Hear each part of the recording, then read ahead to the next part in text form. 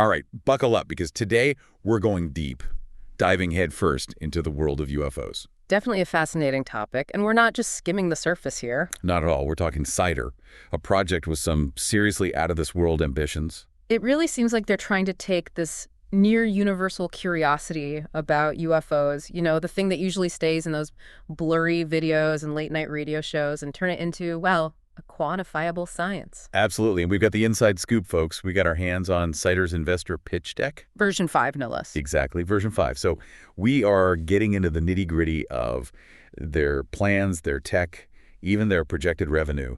They're aiming to make, well, practically everyone with a smartphone a part of this huge global UFO detection network. It's ambitious. Yeah. And another thing that struck me, they're not just some group of, UFO enthusiasts.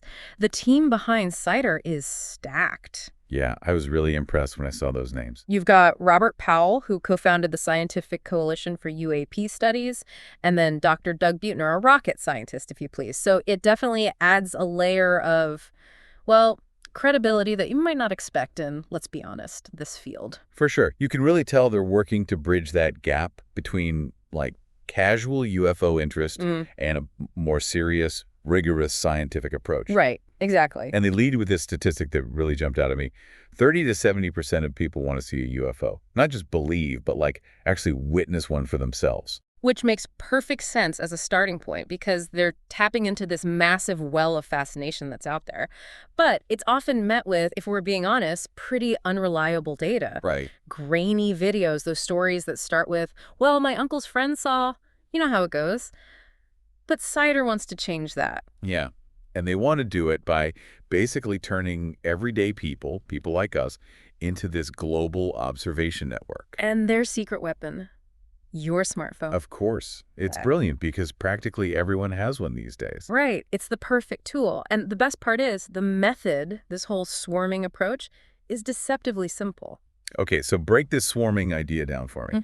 Let's say I'm outside looking up at the sky and I see something weird, something that makes me go, what in the world was that? That's where CIDR, or more specifically their app, comes in. So you pull out your phone, you open the app, and you see this reticle, kind of like a target, on your screen. You line that up with whatever you're seeing, and this is where the magic happens. If other CIDR users in your area are also looking at the same thing, same time, same place, the app takes everyone's GPS data, combines it, and uses good old-fashioned trigonometry to basically triangulate the object's position. Wow, so it's like that game, hotter or colder, but instead of a lost TV remote, we're pinpointing a potential UFO hovering over our city. Exactly, and they've made it really user-friendly. The pitch deck actually shows the reticle. It's so simple. It's just this bullseye design that's, instantly recognizable. So anyone can use it, even if they're not a tech genius or anything. Exactly, and the implications of this are huge, because instead of relying on a single, and let's face it, often shaky video from who knows where, suddenly you've got multiple viewpoints all at once. Right, so it's like having multiple witnesses to an event. The more you have, the more credible the observation becomes. Exactly. And it's more than just what you're seeing. Right? If you want to take it a step Oh, further. absolutely. They're talking about collecting a whole bunch of data points that you rarely, if ever, get with those "I saw a light in the sky" stories. Right, what? Give me the details. We're talking time of day, altitude, speed, trajectory, even the weather conditions, all that stuff that usually gets lost in the "it was out there, I swear." They lay it all out in the swarming section of the pitch deck. Right there in black and white. And this is what makes this so different, because we're not just dealing with anecdotal accounts anymore. This is data that can actually be analyzed. So we're not just speculating about blurry lights in the sky.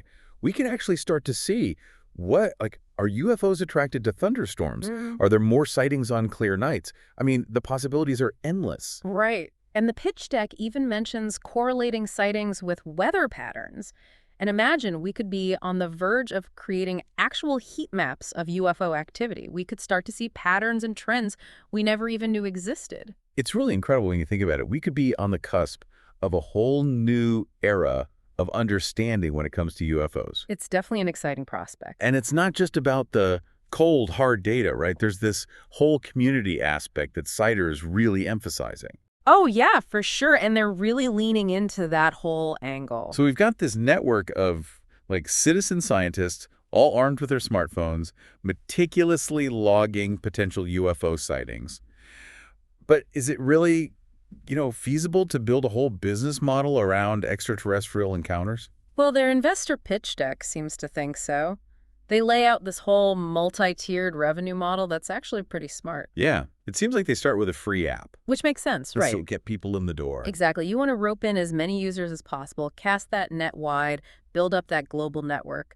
But then, this is where it gets interesting, how do you go from those UFO-hungry users to actual paying customers? Right. Got to make some of that green, even if you're chasing a little green man. Exactly. And that's where the premium features come in. Give me the good stuff. Think personalized alerts. Like, say you want to know about any potential sightings within, I don't know, a 100-mile radius of your location. Okay, so if things are getting a little too close for comfort, I'll know. Exactly. Or maybe you want access to some more, exclusive data analysis.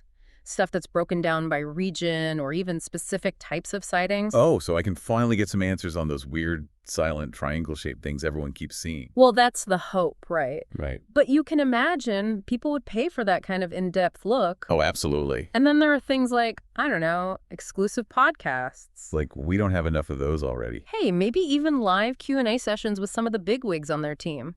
Imagine getting a notification on your phone that says, Dr. Buettner's breaking down last night's unusual activity over the Nevada desert.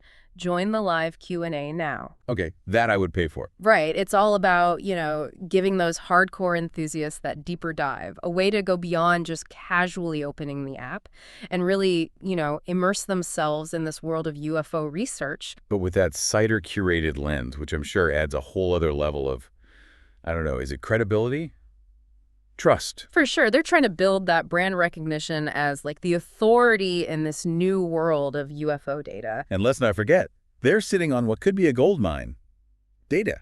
And lots of it. Oh, yeah, and they know it. They even mention these potential data licensing agreements in their revenue projections.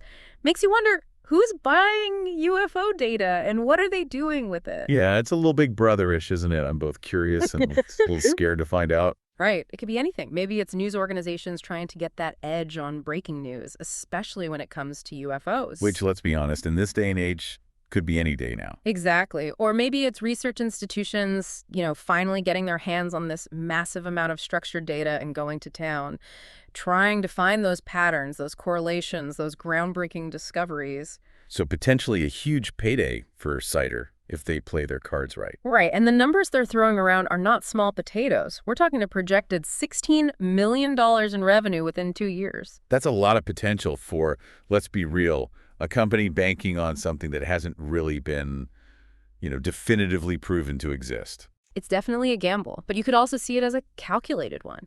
If they can tap into this public interest, turn that casual curiosity into a dedicated, engaged community, a community that's willing to pay for premium access, well, then maybe those projections aren't so crazy after all. It's a fascinating line they're trying to walk, isn't it? On the one hand, they're playing to our inner child, that wonder about the unknown, the possibility that we're not alone in the universe. But then they're also grounding it in data, in technology, making it feel almost like, inevitable, like the next step in the evolution of, how we even study UFOs. Exactly. It's a really smart strategy. And it's what makes CIDR so compelling. They're not just selling an app. They're selling this vision of the future where UFO sightings aren't just, relegated to the fringes of science, but are part of this collective data-driven pursuit of understanding. So, okay, let's say they pull it off. They build this massive network. The tech works. The data is pouring in. They hit their targets. What happens then? What happens when CIDR, or maybe even just the world, starts getting some concrete answers? Well, that's when things get really interesting. So we've talked about CIDR's ambitious plans, turning everyday curiosity about UFOs into this, massive data-rich resource. And of course, potentially turning a profit while they're at it. But what if they actually pull it off? What if this app, this whole community they're building, actually cracks the code, really unlocks the mystery of UFOs? That's the big question, isn't it? It takes us out of the world of, business plans and spreadsheets and throws us headfirst into, the unknown, which, let's be honest, is exactly what we're here for. Exactly. I mean, let's just, speculate for a second. What happens if CIDR creates this massive global web of skywatchers and the reports are, nonstop? Not just your run-of-the-mill blurry photos, and I think I saw something stories, but time-stamped, geolocated, corroborated sightings from all over the world. The impact would be huge. I mean, imagine governments all over the planet suddenly having to deal with this constant, undeniable stream of data about stuff they've been dismissing, or at least downplaying, for decades. Because it's one thing to wave off, a couple of eyewitness accounts, but what happens when it's millions of people all armed with the same data? It's kind of mind-blowing. And, I mean, the pitch deck doesn't really get into this, but you have to wonder, could this be the thing that forces governments to finally be transparent about all of this? Right. Like, could CIDR be the catalyst that makes them say, okay, fine, here's what we know? It's definitely a possibility, and it's not just about governments either. Imagine what this would mean for scientists. Astrophysicists, sociologists, even anthropologists, all of a sudden they've got a front row seat to study something that humans have been fascinated by since, well, forever. It'd be like when we first pointed telescopes at the stars, this whole new world of knowledge just, like, explodes.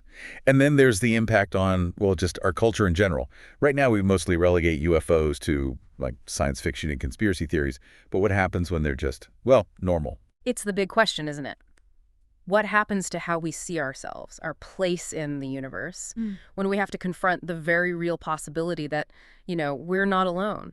That's something philosophers have debated for centuries. And suddenly, thanks to this app, it could be a question we're all forced to answer. It's a lot, right? And I think that's what makes CIDR so fascinating. They're not just building some app, they're building a bridge to the unknown. And whether that bridge leads us to answers we're ready for, well, that remains to be seen. One thing's for sure, though, things are about to get a lot more interesting. That's it for this deep dive into CIDR and the future of UFO research. We've dug into their plans, the tech behind it all, how they plan on making money, and even, what might happen if they actually succeed. But now we want to hear from you. Are you ready to, as CIDR puts it, join the swarm and turn your eyes to the skies?